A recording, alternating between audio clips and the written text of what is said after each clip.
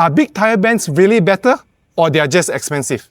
In this video, we are pitting Michelin, Continental and Bridgestone against Giti, Yokohama, Toyo and Sailun in an ultra high performance test with the same car, same size and same conditions to find out which tyre is suitable for your sporty vehicle. First up, we have the Michelin Pilot Sport 5, the ultimate ultra high performance benchmark. Over the last few years, it has proven itself in multiple press tests, and we're just curious to find out, is this still the tyre to beat? Next up, we have the Continental MaxContact MC7. This is a very strong tyre in wet and dry performance, so let's see how well it performs in this test. Next up, we have the Bridgestone Potenza Sport. There is actually a newer version called Potenza Sport Evo, but we are unable to get it in the Southeast Asia region, so we'll settle just for Potenza Sport. Let's see how well this tyre performs against the top UHP tyres. Next up, we have the GT Sport S2 Plus, with the plus signifies a new compound upgrade.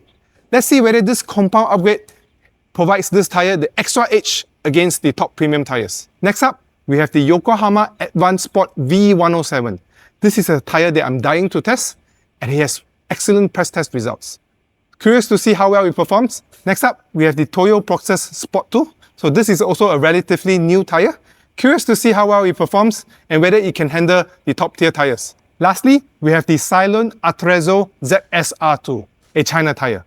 It has been known to market itself as the golden liquid producer, where it has managed to solve the target conflict of wet, mileage and rolling resistance. Is this true? Let's find out. Wet braking, the most safety critical test, because the problem is a small difference here have huge consequences.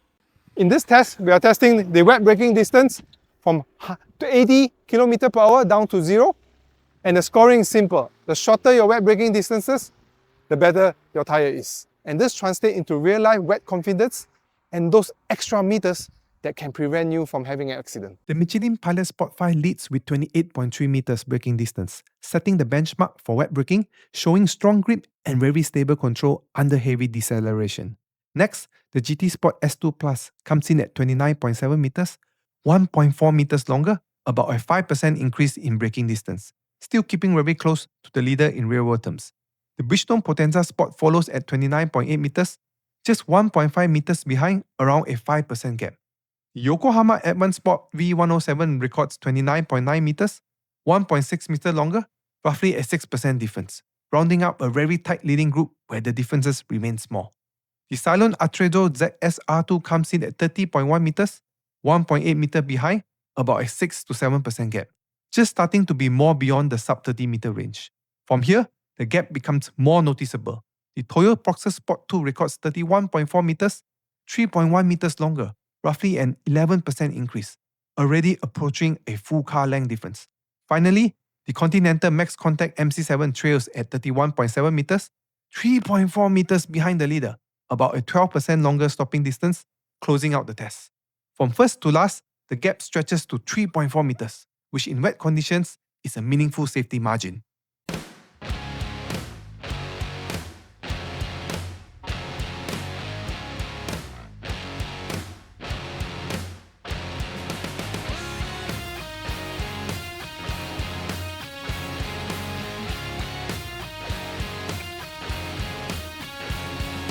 When it comes to subjective wet handling score, the Michelin Pilot Sport 5 leads with a score of 7.2, delivering the highest level of confidence with precise steering and a very controlled progressive feel through corners. Right behind, both the GT Sport S2 Plus and the Bridgestone Potenza Sport score 7.1, sitting just a fraction below the leader while still offering strong stability and reassuring grip in wet conditions.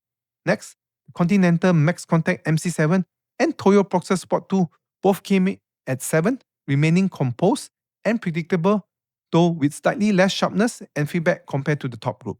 And at this stage, the spread from first to fifth is only 0.2 points, highlighting just how closely matched these tyres are in terms of driver feel. The Yokohama Advan Sport V107 records 6.9, just a small step behind, with a slightly softer and less direct response. Finally, the Sailun Attrezzo ZSR2 comes in at 6.7, rounding out the test with a bit less clarity and confidence as you approach the limit. Overall, the spread is only 0.5 points, making this a very tight field.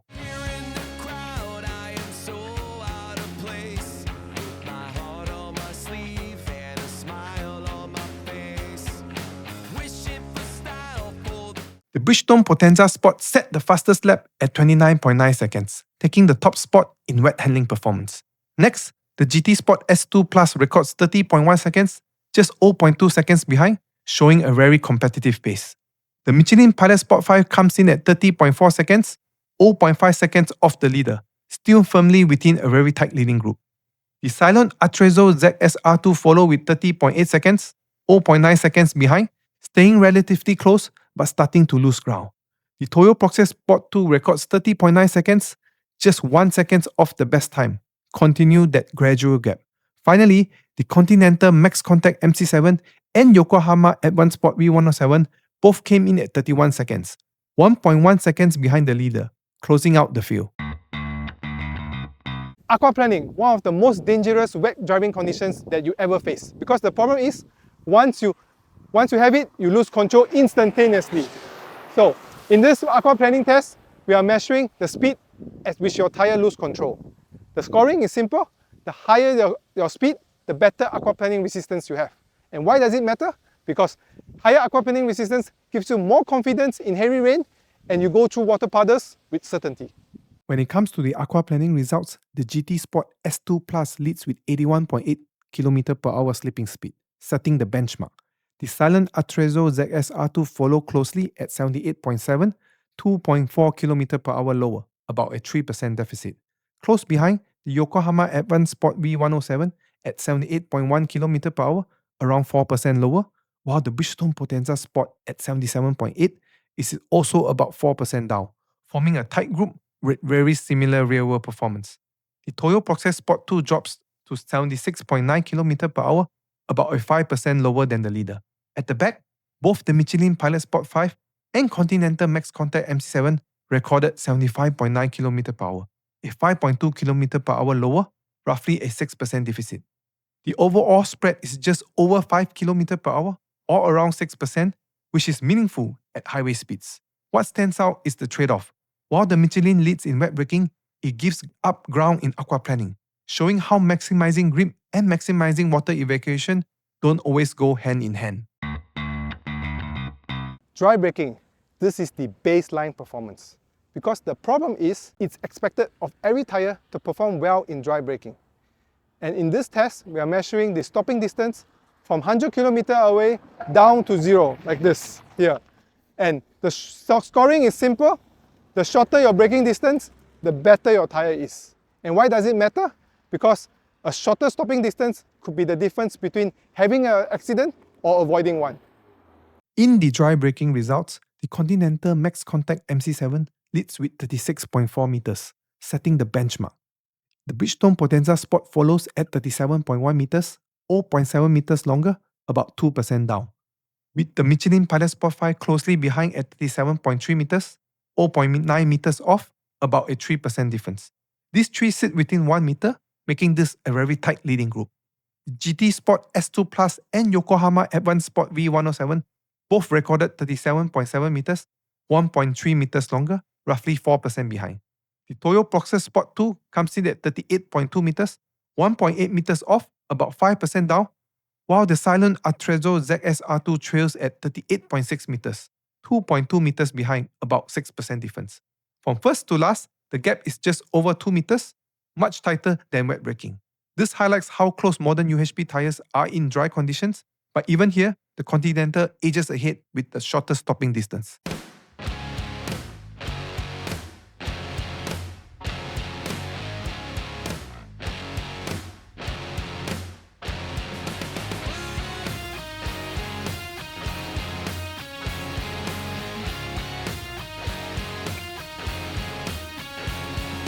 Looking into the dry handling subjective results, the Michelin Pilot Sport 5 leads with 7.2 points, offering the sharpest response and the most natural controlled feel throughout the corner. The Continental MaxContact MC7 and Yokohama Advan Sport V107 follow at 7.1, both stable and predictable, but just lacking that last bit of precision and feedback. From there, the GT Sport S2 Plus, Toyo Proxes Sport 2, and Bridgestone Potenza Sport sits at 7, delivering solid grip and control, but with a slightly more relaxed response, especially when transitioned from braking into cornering. The Sailun Attrezzo ZSR2 rounds out the group with 6.8, with less feedback and confidence as you approach the limit.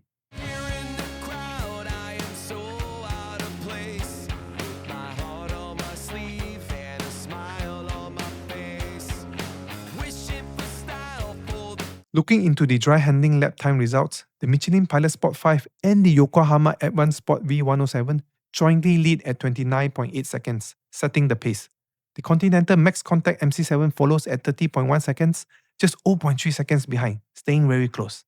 Next, the GT Sport S2 Plus records 30.5 seconds, 0.7 seconds off, still within a tight front group where consistency matters more than outright aggression.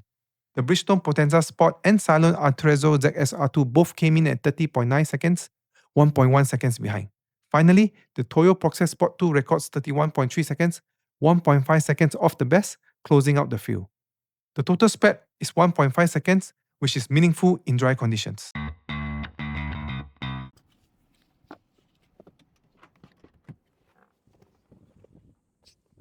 Comfort and noise is something every driver feels, but it's not measured properly because it depends on different surfaces. Today, we are measuring comfort and noise at two different surfaces. One is rough and one is smooth. To find out which one delivers the best comfort and noise tire. The scoring, very simple. The higher the score, the better the comfort and noise tire. And why does it matter? Because a comfortable tire actually lets you feel less fatigue, more comfortable ride, and a quieter cabin. Let's find out. Looking into the comfort and noise subjective score, the Michelin Pilot Sport 5 leads with a score of 7.2, offering the most refined ride, well damped over bumps with low road noise filtering into the cabin. Next, the Toyo Proxes Sport 2 follows at 7.1, delivering a comfortable and quiet ride with good isolation from road imperfections. The GT Sport S2 Plus and Sailun Artrezzo ZSR2 both score 7, sitting in the middle with a balance of mixed comfort and acceptable noise levels. Nothing stand out but easy to live with daily. The Continental MaxContact MC7 comes in at 6.8 with slightly more road texture and noise coming through. The Yokohama Advan Sport V107 records 6.6 where the cabin noise and firmness become more noticeable. Finally, the Bridgestone Potenza Sport trails at 6.5 with a firmer ride and more pronounced road noise compared to the rest. Rolling resistance, one of the most important factors when it comes to efficiency. But the problem is, you can't really see or feel rolling resistance. But there's a simple way to illustrate. We put two tires on the slope, both at equal conditions, and we let it roll down. So physics takes its role, so we're looking for the tire which can roll the furthest, which means it has the lower rolling resistance. The scoring is simple. And what does it mean? It means that a lower rolling resistance tire actually increase your battery mileage for your EV car, and most importantly, improve fuel savings. When it comes to the rolling resistance result, the Sailun Artrezzo ZSR2 leads with 7.8 coefficient value, setting the benchmark for the lowest rolling resistance. A surprising result given its solid wet performance. The GT Sport S2 Plus follow at 8.4, 0.6 higher, about an 8% more resistance, with the Michelin Pilot Sport 5 and Continental MaxContact MC7 close behind at 8.5, roughly 9% higher.